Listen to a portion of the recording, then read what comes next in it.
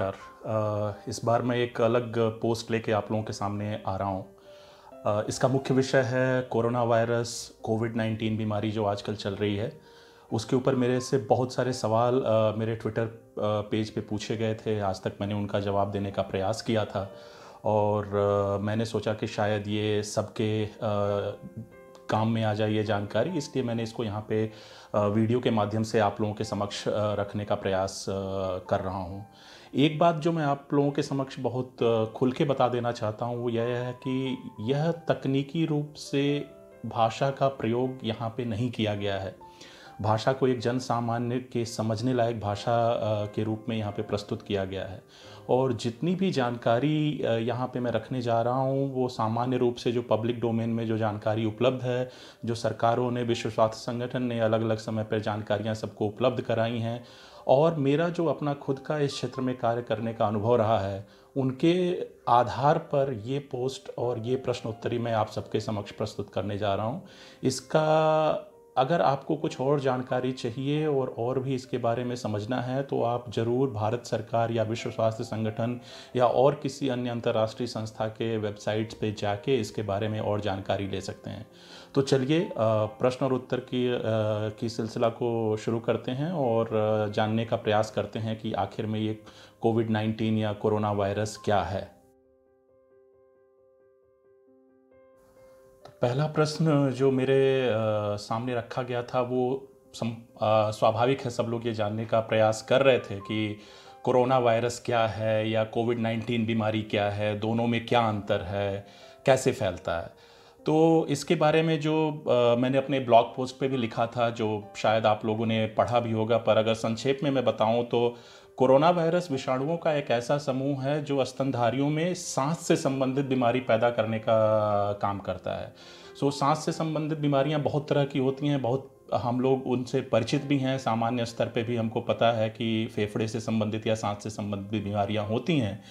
एक बात जो जानना आवश्यक है वो यह है कि कोरोना वायरस अपने आप में एक समूह है, विषाणुओं का एक समूह है, वायरस का एक समूह है, कोई एक वायरस नहीं है इसमें। 1960 के दशक में पहली बार कोरोना वायरस के बारे में पता लगाया गया था, तब से इसके बहुत सारे रूप ये विश्व देख चुका है। उसमें से जो कुछ प्रमुख हैं उनके नाम मैं आपको बताऊं तो SARS-CoV, HCoV, NL63, HKU1, MERS-CoV, ये सारे वायरसों के नाम आपके समक्ष आते हैं। पर इन सब के बारे में इतना जानना आवश्यक नहीं है। जानना ये आवश्यक है कि अभी जो वायरस चल रहा है, कोरोना समूह का जो वायरस है, इसको सबसे पहले नोवल कोरोना वायरस या नया कोरोना वायरस का नाम दिया गया, जिसको बाद में चल के एक वैज्ञानिक रूप से SARS-CoV-2 के नाम से इसको जाना गया। ये वायरस है जो कोविड-19 जो बीमारी है उसको फैलाने का काम करता है। तो आपको ये समझना ज़रूरी है कि वायरस एक अलग चीज़ होती है और उससे फैलने वाली जो बीमारी होती है वो एक अलग चीज़ होती है। सबसे पहले इस वायरस के बारे में जानकारी जो मिली वो 2019 में दिसंबर के महीने में, जो चीन का वुहान शहर है, वहाँ पे इसका सबसे पहले पता चला। तब से आप सबको इस बारे में आइडिया है कि ये विश्व के लगभग हर देश में फैल चुका है, अलग अलग जगह पे अलग अलग तरीके से तबाही मचा रहा है।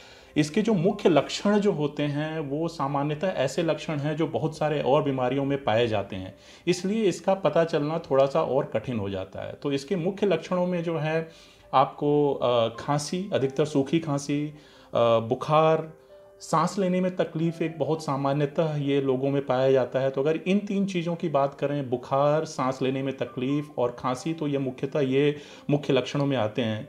लेकिन इसके अलावा भी मांसपेशियों में दर्द, गले में खराश, सूंघने की क्षमता में कमी आ जाना इत्यादि भी कुछ ऐसे लक्षण हैं जो कुछ मरीजों में पाए गए हैं।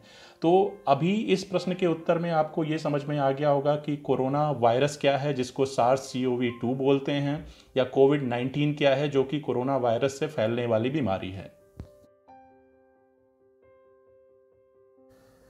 दूसरा प्रश्न जो मेरे सामने रखा गया था वो प्रश्न यह है कि क्या हमें कोरोना तभी हो सकता है जब हम कोरोना संक्रमित व्यक्ति के संपर्क में आएं, या ऐसा भी संभव है कि यह स्वतः हो जाए। पहली बात तो ये है कि जब भी मैं यहाँ पे कोरोना वायरस या कोरोना की बात कर रहा हूँ तो आप ये ज़रूर ध्यान रखिएगा कि मैं SARS-CoV-2 जो सबसे नया वायरस है कोरोना समूह का, उसके बारे में बात कर रहा हूँ। अब आज तक का जितना भी शोध हुआ है उसके अनुसार इस वायरस के फैलने के केवल दो ही तरीके हैं। आपको ये ध्यान में रखना है कि इस वायरस के फैलने के केवल दो ही मुख्य तरीके हैं। पहला तरीका वो ये है कि अगर कोई वायरस से संक्रमित व्यक्ति है और वो छींक या खांस रहा है और उसके संपर्क में 6 फीट के या 1 मीटर के दायरे में आप आते हैं, तो उससे आपके मुंह पे, नाक पे और आँख पे उसके वायरस के कुछ कण पड़ने की संभावना होती है, जिससे आप संक्रमित हो सकते हैं। दूसरा ये होता है कि अगर संक्रमण या वायरस किसी सतह पर मौजूद है और ऐसा पाया गया है कि कुछ सतहों पे 4 घंटे, कुछ सतह पे 72 घंटे तक भी ये मौजूद रह सकता है, तो उसको छूने से भी अगर आपके शरीर में वायरस आ सकता है। ये ध्यान रखना बहुत आवश्यक है कि केवल छूने से वायरस आपके शरीर में नहीं आ जाएगा। जब तक आप हाथ से छूने के बाद वही हाथ अपने मुंह, नाक या आँख को नहीं छूते हैं। इसलिए सबसे ज़रूरी यह ध्यान रखना है कि जब भी हमें कुछ ऐसा संदेह हो कि हमने कुछ ऐसी सतह को छुआ है जहाँ पे वायरस हो सकता है या कुछ भी है, तो हम तुरंत अपने हाथ को धोएं।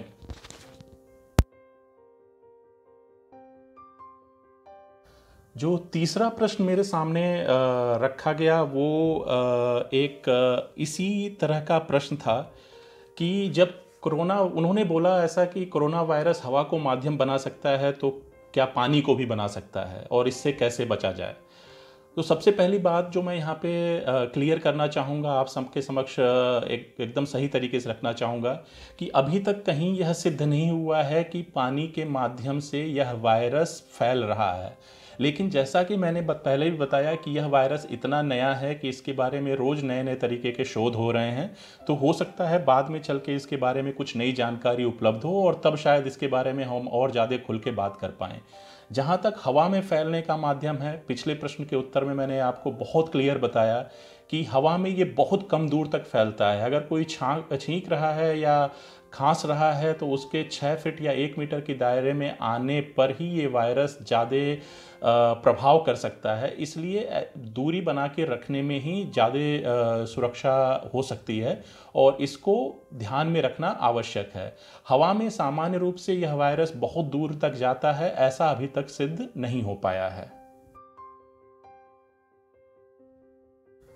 एक सवाल जो सबके मन में है कि अगर यह वायरस इतना नया है, खतरनाक है, तो इससे बचने के क्या उपाय हैं, इससे कैसे, इसका इलाज कैसे हो सकता है। और इसके बारे में एक चीज़ आपको इलाज पहले बताया जाए उससे पहले एक चीज़ समझना बहुत आवश्यक है कि कोई भी देश, इस विश्व का कोई भी देश हो, चाहे वो विकसित देश हो या विकासशील देश हो, कोई भी देश अपनी जनसंख्या का 1 से 2% अस्पतालों में रख के उनका इलाज नहीं करवा सकता।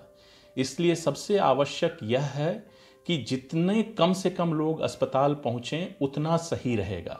और इस चीज़ को ध्यान में रखते हुए एक और बात समझ में आती है कि अगर अस्पतालों में इनका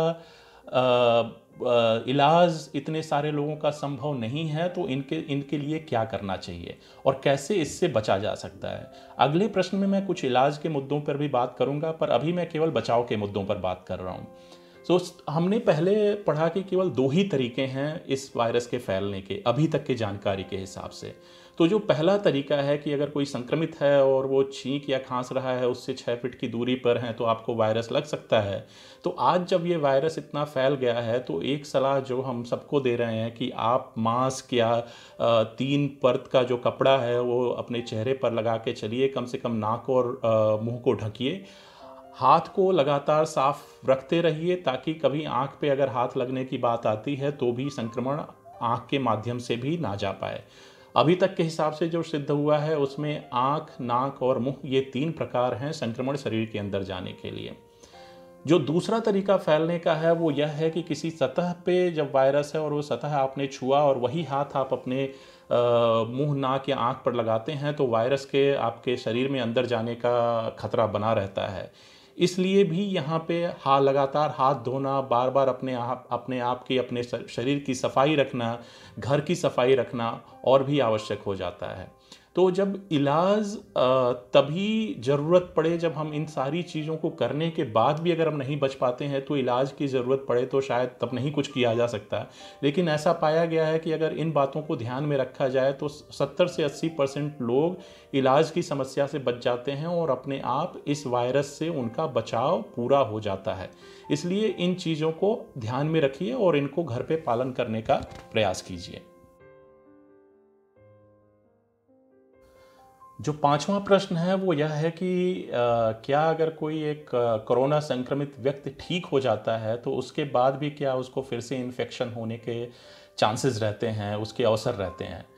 अब जहाँ तक शोध का विषय है, जहाँ तक रिसर्च का विषय है, अभी तक इस वायरस में री इन्फेक्शन कहीं पे सिद्ध नहीं हुआ है।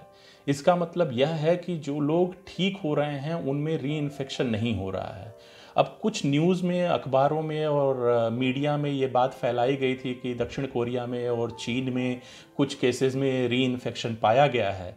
तो आपकी जानकारी के लिए बता दूं कि उन सारे केसेस में फिर से उनका अध्ययन किया गया है और यह पाया गया है कि उन केसेस में री इन्फेक्शन नहीं था, बल्कि डिस्चार्ज के समय जिस तरीके से उनका टेस्ट किया गया था उस टेस्ट में सही रिजल्ट नहीं आया और वो लोग पॉजिटिव होने के बाद भी उनके टेस्ट में उनका रिजल्ट नेगेटिव दिखाया।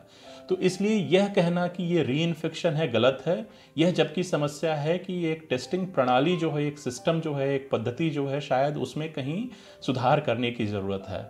भारत के बारे में एक चीज़ जो मैं बोल सकता हूँ कि भारत ने शुरू से जो एक बहुत ही सघन प्रक्रिया है टेस्टिंग की, जिसको RT-PCR पद्धति बोलते हैं, उसको ही प्रयोग में लाया है और उससे अधिकतर ये पाया गया है कि जो रिजल्ट्स होते हैं वो काफ़ी हद तक सही पाए जाते हैं। तो अगर कोई अभी आज के समय में आपको ये बोलता है कि री इन्फेक्शन पाया गया है कोरोना में, तो ये गलत है। लेकिन विश्व स्वास्थ्य संगठन ने भी ये क्लियर किया है कि यह वायरस इतना नया है कि इसके बारे में धीरे धीरे और भी चीज़ें शायद खुल के आएंगी, पर अभी तक री इन्फेक्शन कहीं पे सिद्ध नहीं हो पाया है। जो प्रश्न नंबर 6 है वो हम सबके बहुत करीब है। एक सवाल जो हर जगह पूछा जाता है कि हम अब फल और सब्जियों को तो घर में लाना बंद नहीं कर लेंगे, तो उनको कैसे साफ रखें, कैसे सुरक्षित रखें और कैसे खाएं। तो आपने बहुत सारे जगह वीडियो भी देखा होगा, कुछ यूट्यूब पे भी देखा होगा कि लोग बोलते हैं सोडा में धो लीजिए, कुछ बोलते हैं सैनिटाइज़र में धो लीजिए, कुछ और भी तरीके बताए गए हैं। लेकिन आप एक चीज़ मान लीजिए कि कहीं भी वैज्ञानिक रूप से इन सारी बातों को सिद्ध नहीं किया जा सका है। तो इसका अर्थ क्या है कि हम कुछ ना करें? ऐसा नहीं है, ऐसा नहीं है, काफ़ी कुछ किया जा सकता है। सबसे बड़ी आवश्यकता जो ये समझने की है कि अगर कोई भी खाना, चाहे वो सब्जी हो या मांस हो या कुछ भी हो, अगर उसको हम पूरी तरह पका कर खाते हैं तो उसमें वायरस के होने की संभावना ख़त्म हो जाती है। तो सबसे पहले यह ध्यान में रखना है कि जो भी हम खाएं वो पका हुआ खाएं। जो भी आप सामान घर में ला रहे हैं उसको आप साफ पानी से धोइए, जिसको रनिंग वाटर कहते हैं। आज सबके घर में, अधिकतर घरों में अगर मान लीजिए जो नल लगा है या टोटी लगी है टंकी से, उससे आप पानी चला के उसमें लगातार धो सकते हैं। जिनमें नहीं है वो बाल्टी के पानी से, 2 अलग अलग बाल्टी के पानी में एक बार धोएं, फिर दूसरे साफ बाल्टी के पानी में दूसरी बार धोएं और उसको एक जगह किनारे रख दें थोड़ी देर के लिए, और उसके बाद उसको अच्छी तरीके से पका कर खाएं। जहाँ तक फलों की बात है, जिन्हें कच्चा खाने की आवश्यकता है, मेरी सलाह यह है कि उसको जब लाते हैं तो उनको धो के रख दीजिए और कम से कम 1 या 2 दिन बाद ही उनको खाने का प्रयास कीजिए।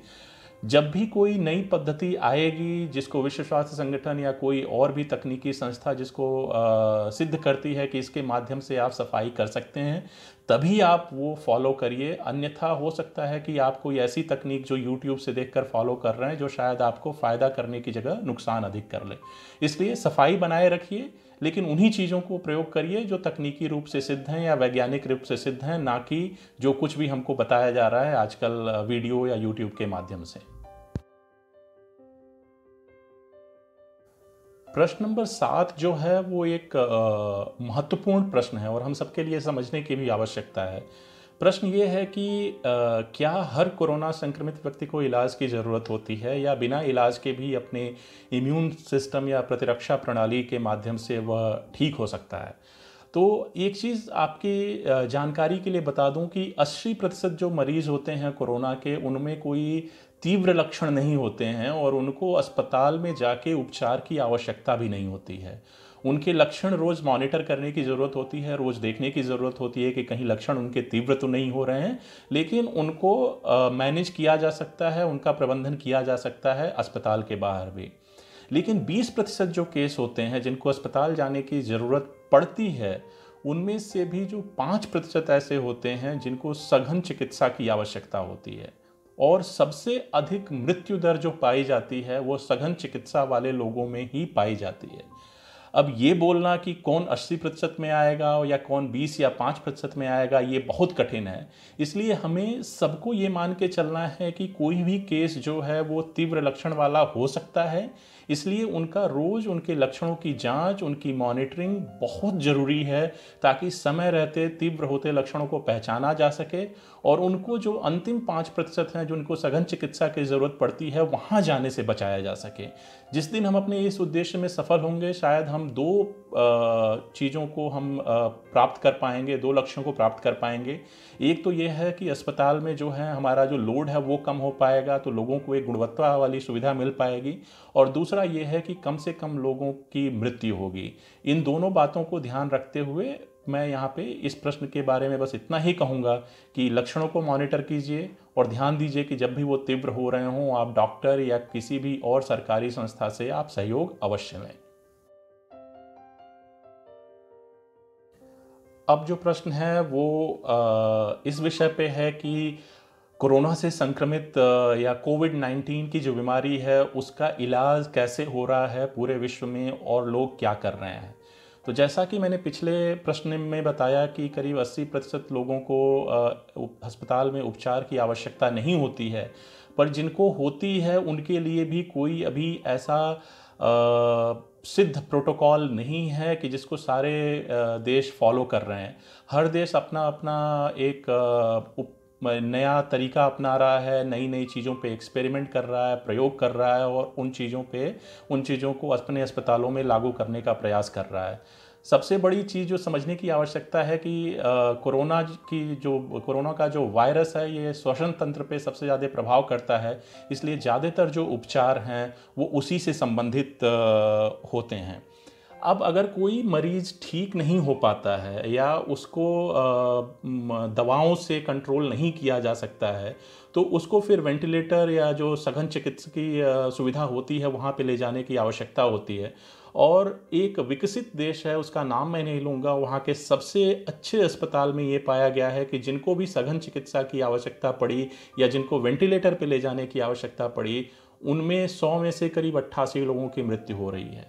ये एक बहुत बड़ी बात है। तो हमारे पास क्या है, हमारे पास उपाय क्या है? क्योंकि अगर हम सबको वेंटिलेटर पे ले जाना पड़ा तो शायद हम अधिकतर लोगों को बचा नहीं पाएंगे। एक चीज़ जो पाया गया है और जो समझने की ज़रूरत है, जिसको बोलते हैं कि शांत लक्षण या साइलेंट सिम्टम्स जिनको बोलते हैं, वो कोरोना के बहुत सारे मरीजों में पाया गया है कि लक्षण लगातार सामान्य बने रह रहे हैं, जबकि अंदर अंग धीरे धीरे काम करना बंद कर रहे हैं। और होता क्या है कि जैसे ही लक्षण तीव्र होते हैं तब तक अंग इतनी बुरी तरह से डैमेज हो चुके होते हैं कि उनको बचाना बहुत मुश्किल होता है। एक तरीका जो पाया गया है वो है कि शरीर में ऑक्सीजन लेवल जो है उसकी लगातार जांच करना। बहुत सारे देशों ने, इनफैक्ट भारत ने भी ये चीज़ अभी आगे बढ़ाई है कि जितने भी कोरोना से संक्रमित लोग हैं, अगर उनके लक्षण तीव्र नहीं भी हैं, उनके शरीर में भी ऑक्सीजन लेवल की मात्रा रोज़मर्रा के बेसिस पे उनकी मापी जाए और ये देखी जाए कि ऑक्सीजन का सैचुरेशन कहीं पे धीरे धीरे कम तो नहीं हो रहा है।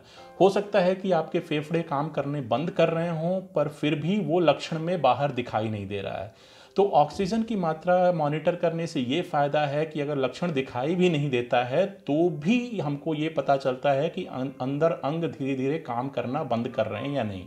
इस परिस्थिति में हमारे लिए मरीज को बचाना, सही समय पे इलाज करना और उसको वेंटिलेटर ना पहुंचने देने में बहुत सहयोग होता है।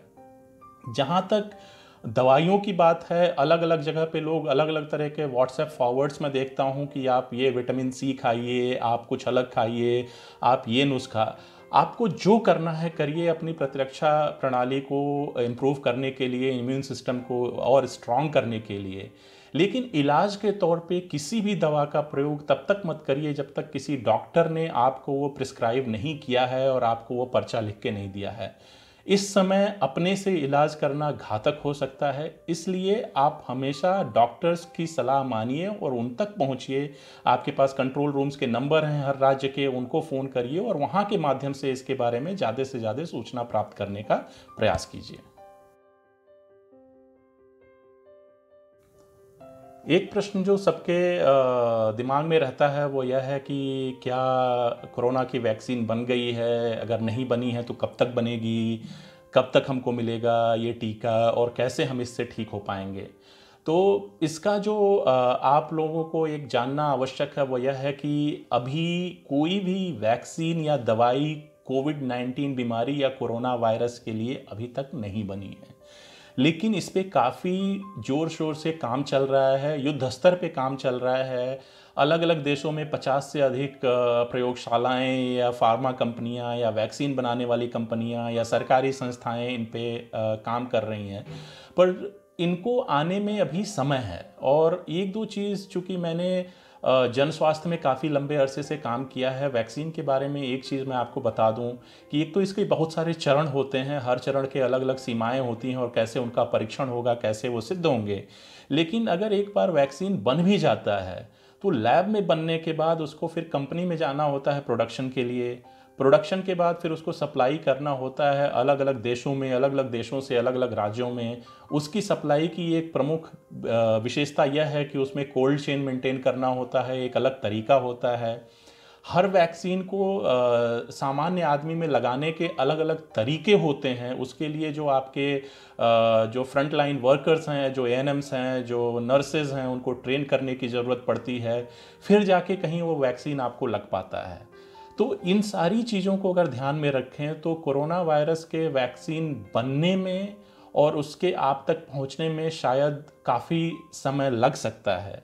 इसलिए मैं एक बार फिर आपसे आग्रह करूंगा कि वैक्सीन और दवाइयां जब बनेंगी तब बनेंगी। आप अपनी सुरक्षा अपने हाथ में मानिए और ये मान के चलिए कि अगर आप कोरोना को अपने शरीर के अंदर नहीं घुसने देंगे तो कोई और आपको आपको उसे आपके शरीर के अंदर नहीं घुसा सकता है। इसी सिद्धांत पे काम करिए और सुरक्षित रहिए और अपने आसपास भी सबको सुरक्षित रहिए, यही सबसे सही होगा।